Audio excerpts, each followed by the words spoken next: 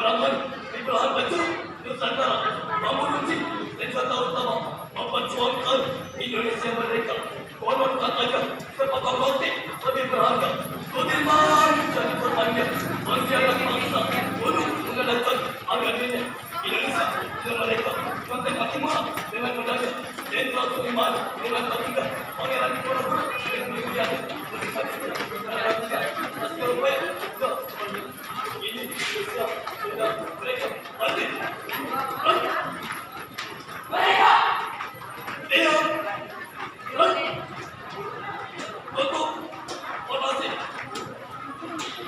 dan hari ini 17 Agustus Indonesia merayakan hari lahirnya kemerdekaan dan terpacu negeri ini 78 tahun silam Indonesia dijajah oleh kaum penjajah. Banyak darah ditumpahkan, nyawa dikorbankan hanya untuk satu kata merdeka. Ini Indonesia sudah merdeka. Rakyat dapat tersenyum bangga bangsa kamera berkibar sempurna mudarat di atas layar. Saya waktu itu memohon persatuan tetap bersama. Merdeka, merdeka, merdeka.